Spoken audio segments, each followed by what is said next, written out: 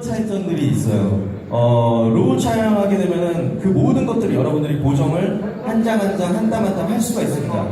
이렇게 색 보정이 필요할 때 고퀄리티를 위한 로우 촬영 시간 동안에 많은 노출 변화가 해가 지고 해가 뜨고 이럴 때 화이트 밸런스가 노랗게 됐다가 파랗게 되고 밤이 되면 또 파랗게 되고 이럴 때는 한 장 한 장 로우 촬영을 하셔야 돼요.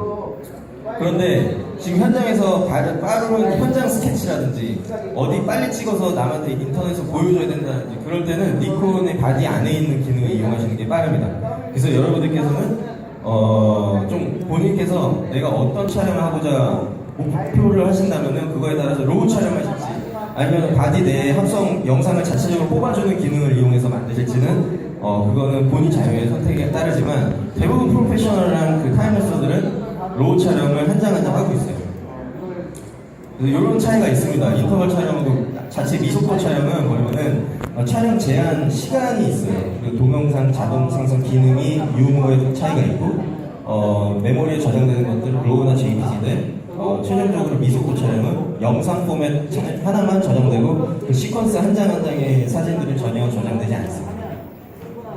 좀 요약해보면 다음과 같습니다. 그래서 미속도 촬영은 많이 하시다가 결국은 로우 촬영을 넘어오실 거예요. 근데 다만 이럴 때가 있어요. 여러분들께서 어디 여행 가거나 아니면 현장에서 빨리빨리 영상을 뽑아내야 될 때가 있어요. 그러면은 그거를 일일이 로우나 JPG 뽑아서 컴퓨터에 옮겨가지고 그거를 다 보정을 해서 하는 것보다 자체에 있는 인바디 미속도 촬영으로 영상을 뽑아내시는 게 빠릅니다. 사실은 그 퀄리티가 오히려 더 높을 수가 있어요. 그 바디 안에 JPG 프로세싱이 굉장히 좋기 때문에 고감도라든지 이런 것들도 다 처리를 해주거든요.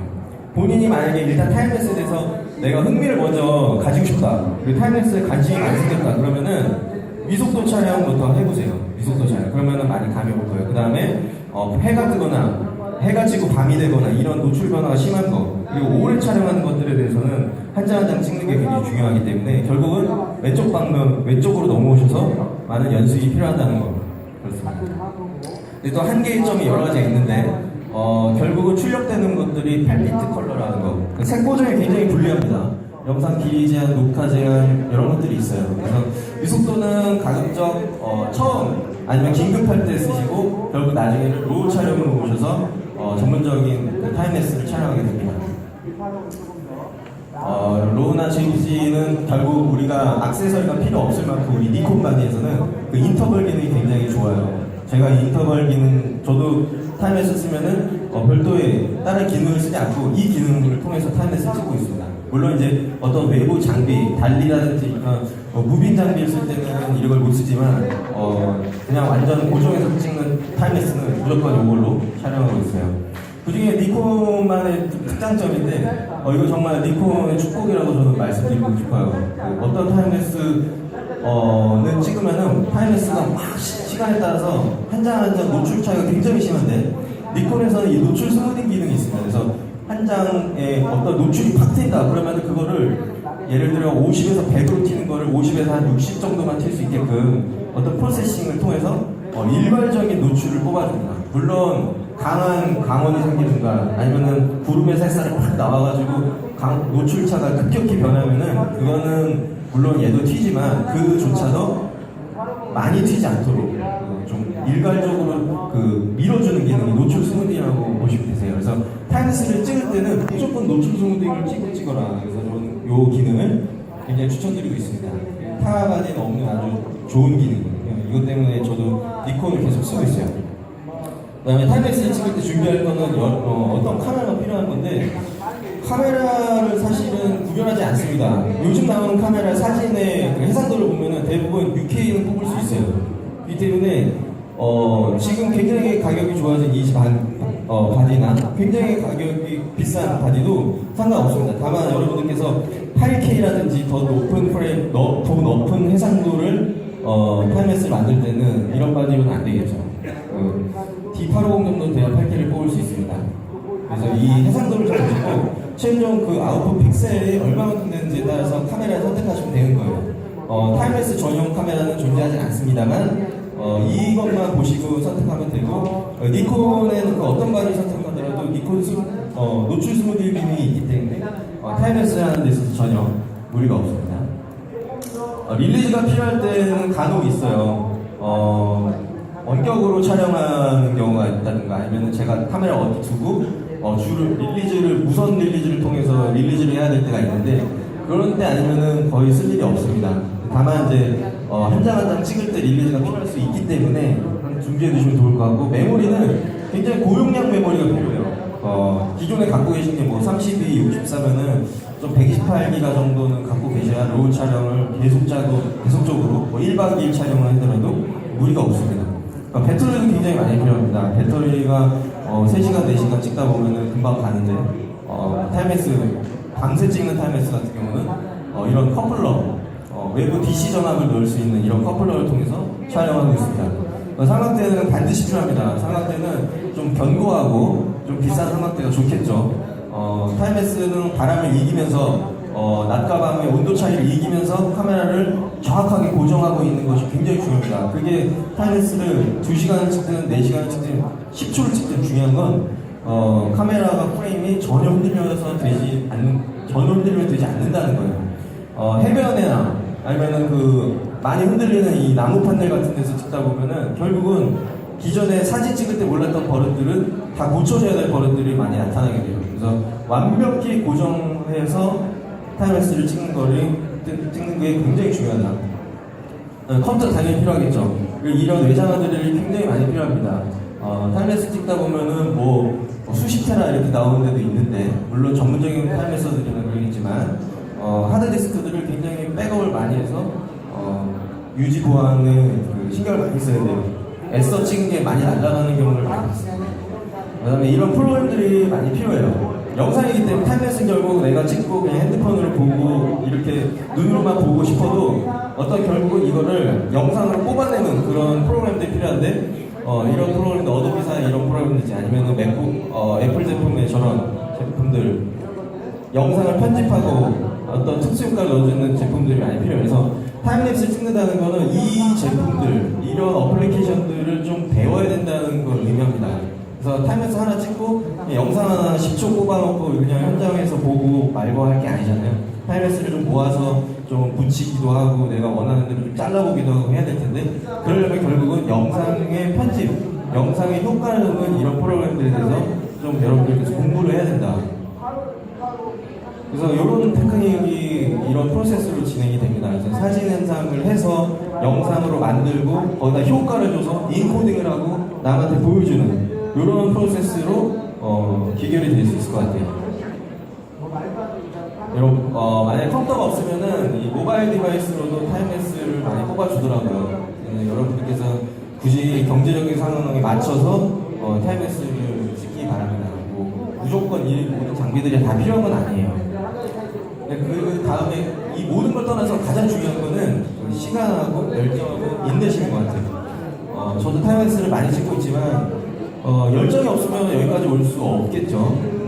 타임랩스는 굉장히 고통이 많이 수반이 됩니다. 타임랩스는 그냥 현장에서 찍는 것도 오래 찍고 남들이 해졌다고 갈 때도 해가 지고 나서 2시간, 3시간 더 찍고 있어야 되고 추위와도 싸워야 되고 배고픔과도 싸워야 돼요. 위험한 것도 많아요. 혼자 찍으러 다니다 보면은 산에서 구름 지나가는 거 찍겠다고 올라갔는데 바람이 너무 세가지고 상하대가 넘어갈 정도의 그런 폭풍우를 만든다는 거예요. 그러면 또 여성분들은 또 혼자 다니면 위험하잖아요. 그런 여러 위험에 노출되긴 하는데 열정 없이는 사실 그냥 어려운 작업이 타임랩스. 타임랩스 영상 하시는 분들 보면은 굉장히 힘들게 많이 촬영하고 계세요. 타임랩스를 내가 어느 선까지 찍어야 될 건지 본인이 모르겠지만 일단은 시작을 한번 해보세요. 시작을 해보시면은 내가 얼마만큼 하고 싶은지 그런 게 보입니다. 그러다 보면 푹 빠지게 되면 이제 많은 열정을 쏟아붓겠죠. 그래서 좀 더 프로페셔널하게 찍을 수 있으실 거예요. 그래서 1분 타임랩스 일출일몰 이런 컴플레이션 영상을 만들 때는 최소 한 10개의 클립이 필요하고 30시간 이상의 촬영 시간 그만큼의 또 편집 시간이 많이 필요해요. 타임랩스를 하다 보면 주변 친구들도 많이 못 만나고 그럴 수 있기 때문에 저는 타임랩스를 본인이 하고 싶은 선까지만 하세요. 그래서 어떤 남들처럼 경쟁의식이 생겨서 저만큼 해야겠다 그런 것보다 본인의 형편에 맞게 하시면 될 것 같습니다. 그래서 영상은 이렇게 기획과 후작업이 대부분이고 사실 촬영은 기계처럼 하는 거예요. 여러분들이 사진 다 잘 찍으시잖아요. 타임랩스도 사진을 잘 찍는 분이 타임랩스를 잘 찍어요. 왜냐면 구도와 색상을 잘 보정하시기 때문에. 근데 사실은 그거에 있어서 영상에서 그거는 이제는 기본 테크닉, 기본적인 거예요. 그래서 그 정도의 스펙은 이제 사진에서 가장 중요했지만 영상에서는 그거는 기본적인 스펙이고 영상의 기획력과 그 다음에 결국은 최종적인 아웃풋을 모아서 어떤 내가 원하는 의도를 여러분께 남한테 보여주는 그런 그 후작업들이 많이 필요해요. 그래서 내 타임랩스의 목적이 단순히 뭐 짤방을 만들 건지 그냥 연습을 하는 건지 그거에 따라서 많이 달라질 거예요. 정말 중요한 거는 내가 타임랩스를 마구잡이로 찍을 수 있어요. 마구잡이로. 그냥 여기서 사람들 왔다 하는 것도 찍을 수 있고 그냥 아무 데나 가서 해를 찍을 수 있는데 그렇게 마구잡이로 찍는 거는 사실은 입문하고 연습할 때나 찍는 거지 결국 타임랩스를 결국 모아서 어떤 거를 만들 때는 주제가 필요해요. 내가 도시만에서 찍겠다, 풍경을 찍겠다, 이번에는 바다만 찍어보겠다 이런 것들을 좀 정하시고 어떻게 촬영할 건가 아까 제가 말씀드린 장비와 어떤 프레임 레이트로 어떻게 인터벌을 줘서 어떤 노출을 할 건지 얼마나 촬영할 건지 이런 것들이 미리 다 정해진 상황에서 타임랩스를 찍으러 가시기 바랍니다. 왜냐면 타임랩스를 애써 수십 시간 동안 찍고 나서 그것들이 많이 방치될 수가 있어요. 왜냐면 그 하나하나가 내가 목적됐던 것들이 거의 불투명한 상황에서 만들다 보면은 사실 그냥 많이 지나가게 되고 굉장히 아까운 영상들이 많이 나오게 되거든요. 그래서 주제를 먼저 정하시고 그거에 맞게 장기적인 플랜으로 타임랩스를 찍으면서 지치지 않도록 그렇게 찍는 게 중요합니다. 그래서 목표 설정과 체계적인 촬영을 말씀드리는 거예요. 촬영할 때 중요한 점을 이제 말씀드릴게요.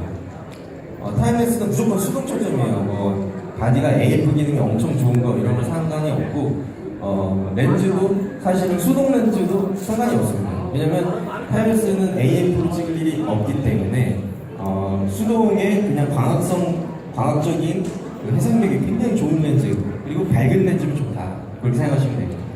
렌즈는 수동 노출이 때문에 뭐 상관이 없고요. 노출을 어떻게 줘야 되냐? 수동 노출 있고 조리개 우선 노출, 자동 카메라니까 이렇게 자동 노출의 기능이 있는데 타임랩스는 이 두 가지만 선택해서 촬영한다고 보시면 되세요.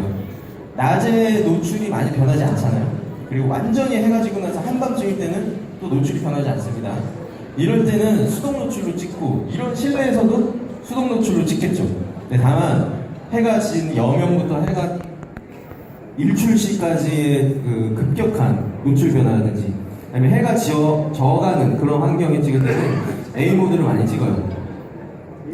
그래서 아까 말씀드린 대로 이렇게 짧은 영상, 실내, 한밤중, 해가 막 올라가는 그 순간, 대낮, 피사체에 이동하는 걸 따라 찍을 때, 그리고 해가 그냥 툭 떨어지는 그 순간, 짧은 영상 이럴 때는 수동 노출, 매뉴얼 촬영을 하시고, 그리고 노출을 따라서 그 노출 시간을 변하게 하는 촬영은 A 모드로, 그러니까 조리개 우선 자동 노출로 촬영하시면 됩니다. 결국 저런 것들이 되세요. 그러니까 낮에서 밤이 되고 밤에서 낮이 되고 그리고 또 뭐 은하수가 올라갔다 내려가고 이런 것들은 다 거의 A 모드로 촬영은 물론 매뉴얼로 촬영할 수가 있는데 저도 매뉴얼로 많이 촬영해요. 어떤 환경에 대해서는 아니면 카메라가 노출이 많이 변하는 환경이라든지 그럴 때 그렇지만 여러분들께서는 먼저 조리개 우선 모드로 많이 촬영을 해보시고 그 차이점에 대해서 나에 맞는 방법을 선택하시는데 대부분 조리개 우선이 맞더라 이렇게 생각하시면 됩니다. 그럼 수동 노출에 대해서는 다 건드려도 돼요. 중간에 셔터 스피드를 막 건드려도 되고 중간에 타임랩스 돌아가면서 우리 인터벌 기능을 키면은 이걸 다 맞을 수가 있거든요. 할 수 있는데 정말 중요한 거는 그쵸 조리개 값을 중간에 변동은 안 됩니다. 그 이유는 조리개가 최대 개방으로 타임랩스를 하다가 조리개를 좀 조우잖아요. 그러면 주변부 방향저하가 좀 풀리면서 왜곡이 확 생겨요. 그거는 후보적으로 잡기 굉장히 어려운 부분이고 상당히 영상을 많이 크롭을 해야 되기 때문에 조리개는 중간에 절대 변경할 일이 없다고 생각하시면 됩니다. 다만 타임랩스를 낮에 한 4시간 찍어놓고 오후에 한 30분 쉬었다가 4시간 또 찍고 이런 타임랩스들이 있어요. 그런 인터벌 기능을 사용할 외부 인터벌 릴리즈를 통해서 그렇게 쓸 수가 있을 텐데 그럴 때는 영상이 또 끊고 시작하기 때문에 조리개를 바꿔도 되세요. 근데 그냥 쭉 이어가는 타임랩스에서는 조리개가 절대 변경하면 되지 않습니다. 조리개 우선 노출도 마찬가지예요. 조리개 우선은 조리개는 절대 건들면 안 됩니다. 그리고 A 모드를 찍을 때는 이 간이 노출 보정 다이얼을 통해서 노출의 값을 조정합니다. A 모드를 찍는데 지금 굉장히 낮과 밤의 하늘과 땅과의 그 노출 차이가 굉장히 심해요. 그러면은 상당히 하늘을 살리면서 촬영을 해야겠죠. 그러면 A 모드를 찍을 때는 어떻게 되겠어요? 굉장히 언더 노출로 찍게끔 인식을 해줘야 되는 게 그게 바로 간이 노출 보정 다이얼을 돌려서 한 스탑, 두 스탑 이렇게 내려서 찍게 하는 게 맞습니다. 근데 그 중에 있어서 절대 건드리지 말라는 게 아까 말씀드린 대로 조리개 값이에요. 그래서 다시 한번 말씀드리면 타임레스 찍을 때 조리개는 절대 건드려서 안 된다. 촬영된 다이얼 변경은 굉장히 신중히 하셔야 돼요. 한 번 조정하면은 내가 지금 24프레임의 영상을 뽑을 텐데 24장이 지나가기 전까지는 쉽게 건드려서 안 됩니다. 왜냐면 1초 안에 밝았다, 어두워졌다 이렇게 되기 때문에 그거는 손이 굉장히 많이 가요. 나중에 하나하나 다 보정해야 되기 때문에. 그래서 한 번 조정하면 최종 아웃풋이 1초가 지나고 나게끔 24장이라든지 30장이 지나고 나서 돌리는 거. 그리고 한 스탑을 돌리는 게 아니라 3분의 1 스탑이 돌리는 게 중요합니다. 한 스탑 확 돌려버리면 또 노출자가 굉장히 많이 나거든요. 노출의 판단하시는 게 굉장히 중요해요. A 모드 찍든 매뉴얼로 찍든 내가 지금 정노출인지 언더노출을 찍어야 되는지 좀 더 화이트를 살리면서 찍어야 될 노출 판단은 무조건 결과물을 하나하나 보면서 촬영합니다. 우리 인터벌 기능, 니콘 인터벌 기능이 굉장히 좋아가지고 중간에 이걸 다 변경할 수 있어요. 그래서 결과물을 라이브 뷰로 보면서 카메라가 화이트가 날아가지 않게, 그리고 너무 어둡지 않게, 뭐 굉장히 어려운 말이긴 하지만 그 카메라 다이나믹 레인지 안에 있도록, 그러니까 노출이 가능하도록 셔터 스피드를 이동하시면 되는 겁니다. 그래서 중요한 건 한 번에 이렇게 막 한 스텝씩 올라가는 게 아니라 옵션을 통해서 한 번에 스텝씩 이동하게끔, 그리고 P보드, T보드는 절대 쓰지 않는다는 거. 촬영의 워크플로우를 좀 정리하면 이런 식으로 될 거예요. 인터벌 세팅을 하고, 물론 이 준비 과정은 당연히 필요하고요.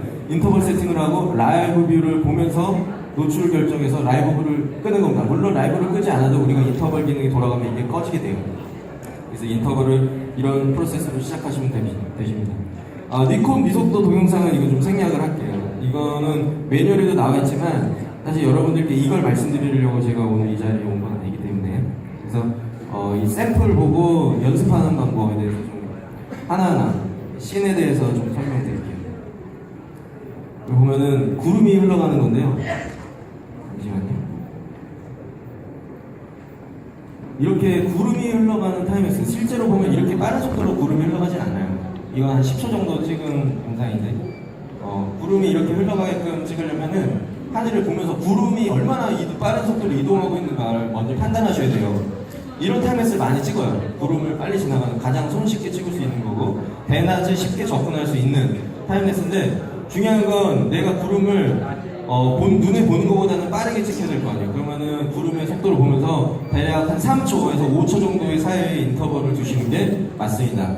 너무 빠른 1초 단위 인터벌을 찍게 되면은 구름이 실제로 눈에 보는 것처럼 느리게 찍힐 수가 있어요. 물론 나중에 영상을 길게 찍고 나서 빠르게 감을 수는 있겠지만 그런 것보다는 원본 영상 자체가 좀 더 다이나믹하게 구름이 흘러가는 게 좋습니다. 그래서 3초, 5초가 적당합니다. 다음에 보시면 이것도 구름이 흘러가는 건데 아까랑 조금 더 빠르죠. 요거는 한 5초 정도 됩니다. 물론 이게 진리는 아니에요. 지금 구름이 막 태풍에 영향되면 구름이 막 빠르게 지나가면은 저도 1초로 찍을 때가 있어요. 또 구름이 너무 느리게 지나간다 그러면 한 6초, 8초까지 갈 수도 있습니다. 중요한 거는 낮에 이렇게 하늘을 찍을 때 이런 부감 촬영을 하든 바닥에서 하늘을 찍든 간에 중요한 건 구름이 있어야겠죠. 구름이 없는데 하늘을 타임레스를 찍는다? 그러면은 타임레스를 찍을 이유가 없어요. 사실은 타임레스는 중요한 건 시간의 변화 그리고 피사체의 이동, 이 두 가지가 핵심 포인트입니다. 시간의 변화가 없고 피사체의 이동이 없다 그러면은 타임레스는 그냥 쉬고 사진을 찍으시기 바래요. 차량의 이동, 이런 피사체의 이동도 많이 찍는데 차량의 이동 속도를 보면서 결정하시는 건데 대부분 제일 빠른 셔터 스피드로 제일 빠르게 찍습니다. 그러니까 1초 단위로 계속 연사를 날리는 거예요. 물론 밤이 되면은 어두워지기 때문에 노출이 길어지기 때문에 차량의 이동을 캐치하기 좀 어려워지죠. 그러면 감도를 많이 올려서 최소 2분의 1초 가야 되는데 그 영상 샘플이 이렇습니다. 이렇게 어두운 밤에는 궤적이 생기기 굉장히 쉬워요.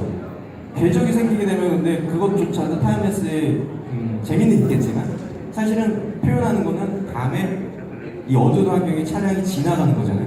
그럴 때는 좀 더 감도를 과감하게 올리세요. 800 정도 올리고 셔터 스피드가 최소한 2분의 1초 정도 나오게끔 해줘야 차량에 지나간 잔상이라도 남습니다. 그게 아니고 우리가 장노출, 궤적 찍듯이 하게 되면은 굉장히 어려워요. 예.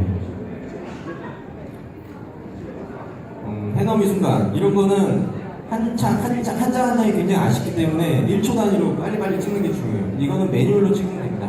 A 모드를 찍지 않아도 해만 좀 떨어지면 끌 거기 때문에 매뉴얼로 찍는 게 굉장히 중요하고, A 모드로 찍게 되면은 이렇게 어두워지면서 노출이 굉장히 길어져요. 왜냐하면 이 건물 밑에 있는 바닥을 살리려고 노출이 길어지기 때문에 우리가 보는 해넘이처럼 자연스럽지가 않습니다. 해오는 순간도 1초 단위로 찍어서 편집을 하는 게 중요해요. 그래서 이 망원 렌즈를 쓸 텐데 중요한 건 망원 렌즈가 흔들리지 않게 촬영해서 이렇게 요 순간만을 찍을 때는 매뉴얼로 촬영해가지고 나중에 보정하는 게 좀 더 A 모드보다는 맞습니다. 근데 이게 아니라 이렇게 쭉 해가지고 나서 구름이 들어오게끔 뭐 한낮이 돼버리는 이런 영상들은 A 모드로 찍어야겠죠. 잠시만요. 낮에서 밤으로 되는 영상인데 이건 좀 길게 시간을 두고 한 4시간 정도 찍어요. 그러면은 인터벌을 굉장히 짧게 주면은 어떻게 되냐면 여러분들이 작업해야 될 사진 수가 한 3,000장, 4,000장 이렇게 나와버려요. 그러면은 굉장히 어렵겠죠. 그거 하나 뽑는 데만 해도 한 2박 3일, 3박 4일씩 걸릴 수가 있기 때문에. 물론 그렇게 되면은 영상의 퀄리티는 좋습니다. 나중에 프레임을 24프레임이 아니라 60프레임을 뽑을 때도 유리하고요. 하지만 작업의 효율성도 생각을 해야 돼요. 그래서 좀 짧게 하는 건 8초, 좀 길게 인터벌을 준다면 한 13초, 13초까지 주기도 합니다. 여기서 타임랩스를 찍을 때는 해가 지기 전에 1시간 정도 전에는 현장에서 찍고 있어야 돼요. 그렇기 때문에 여러분들은 좀 더 사진 찍을 때보다는 부지런하게 내가 원하는 포인트에 가 있어야 되고 그렇습니다.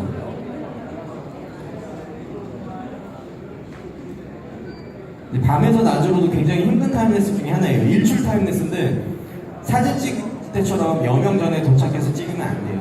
저도 조금 늦었긴 한데 완전 밤일 때 도착해야 돼요. 예를 들면 지금이 일출 6시다. 그리고 항해방명, 그러니까 빨갛게 올라오는 느낌이 날 때가 뭐 5시다. 그러면은 최소 4시에는 현장에서 도착해서 걸고 있어야 되는 거예요.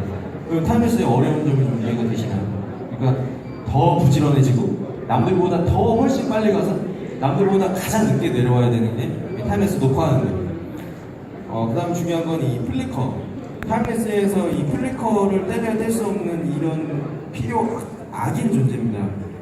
플리커는 뭐냐면 사진이 한 장 한 장 찍히 아무리 매뉴얼로 찍어도 카메라는 이렇게 정밀 오차가 있기 때문에 노출이 약간씩 틀어져요. 그러면 여러분들이 보는 것처럼 깜빡깜빡해지죠. 이게 플리커라고 하고 플리커를 직역하면 깜빡임이라고 하는데 이거를 반드시 잡아줘야 돼요. 타임랩서들이 가장 공들이고 시간을 많이 들여요. 그리고 그 퀄리티가 얼마나 좋으냐 나쁘냐를 판단하는 기준 중에 하나가 이 플리커입니다. 플리커는 왜 생기냐면 구조적인 한계가 있어요.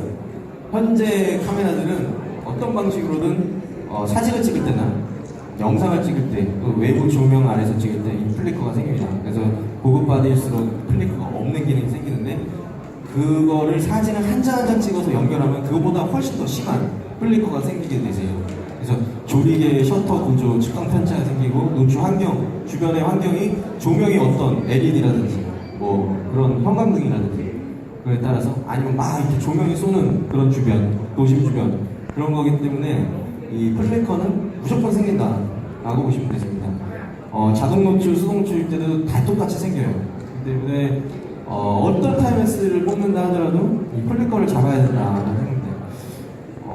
플리커가 생기는 가장 중요한 원인 중에 하나가 이런 것들이 있어요.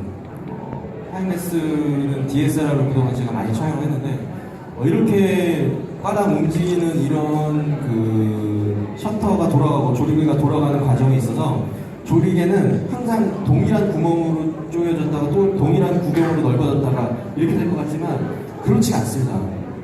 아주 작은 미세한 오차, 아주 작은 셔터의 오차, 사진 찍을 때는 몰랐던, 한 장 한 장 보실 때 몰랐던 것들이 그걸 쭉 수백 장 연결하고 나면 그 오차들이 눈에 보인다는 거죠. 그래서 조리개 플리커의 원인 중에 대표적인 플리커예요.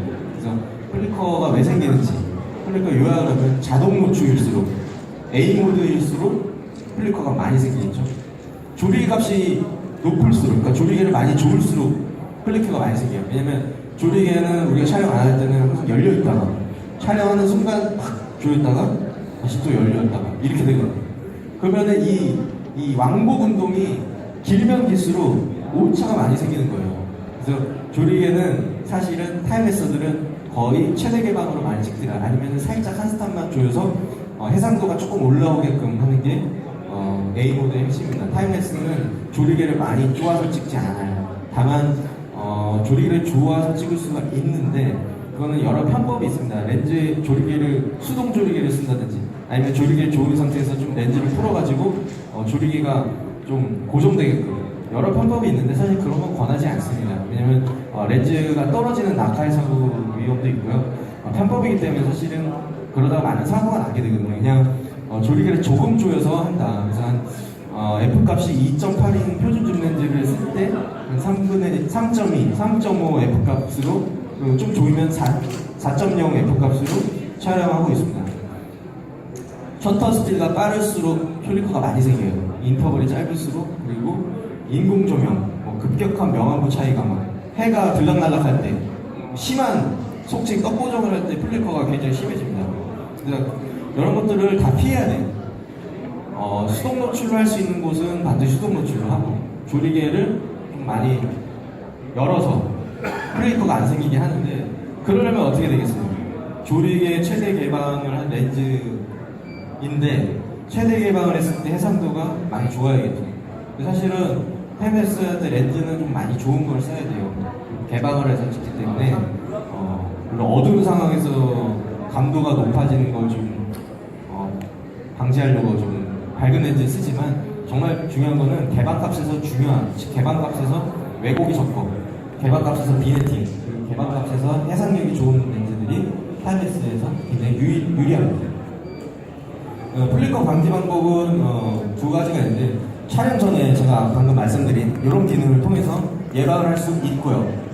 그래도 무조건 생깁니다. 이렇게 예방해서 플리커가 안 생기진 않아요. 촬영 후에는 이 디플리커라는 그런 어플리케이션들이 많아요. 그래서 이런 걸 한 장 한 장 좀 손봐서 최종적으로는 타임레스 어플리케이션들이 여러 있어요. 대표적인 게 이제 디플리커 하는 대표적인 프로그램이 두 가지가 있어요. 이건 다 유료 프로그램인데 어떤 러시아 사람이 만든 이 프로그램 LR 타임레스라는 제품이 있고 그 다음에 저 그랜티베이 소프트웨어라는 곳을 만든 GB 디플리커라는 제품이 있습니다. 두 가지 제품은 좀 차이가 있는데 이거는 이제 LR 타임레스에서 돌아갔을 때 영상이에요. 여기 주황색 보이시죠? 핑크색이 한 장 한 장의 곡선 한 장 한 장을 쭉 영상으로 하면 이 노출의 곡선인데요. 톱니바처럼 탁탁탁탁 보이시죠? 저게 실제로 영상을 보면 굉장히 플리커가 심한 영상인 거예요. 하지만 굉장히 잘 찍은 일관되게 쭉 올라가는 아마 일출일 거예요. 일관되게 쭉 올라가는 이런 영상. 일몰도 이렇게 찍을 수 있어요. 일관되게 이렇게 중요한 거는 타임레스를 찍었을 때 결국 어떤 어플리케이션이 딱 나와서 노출계를 시퀀스에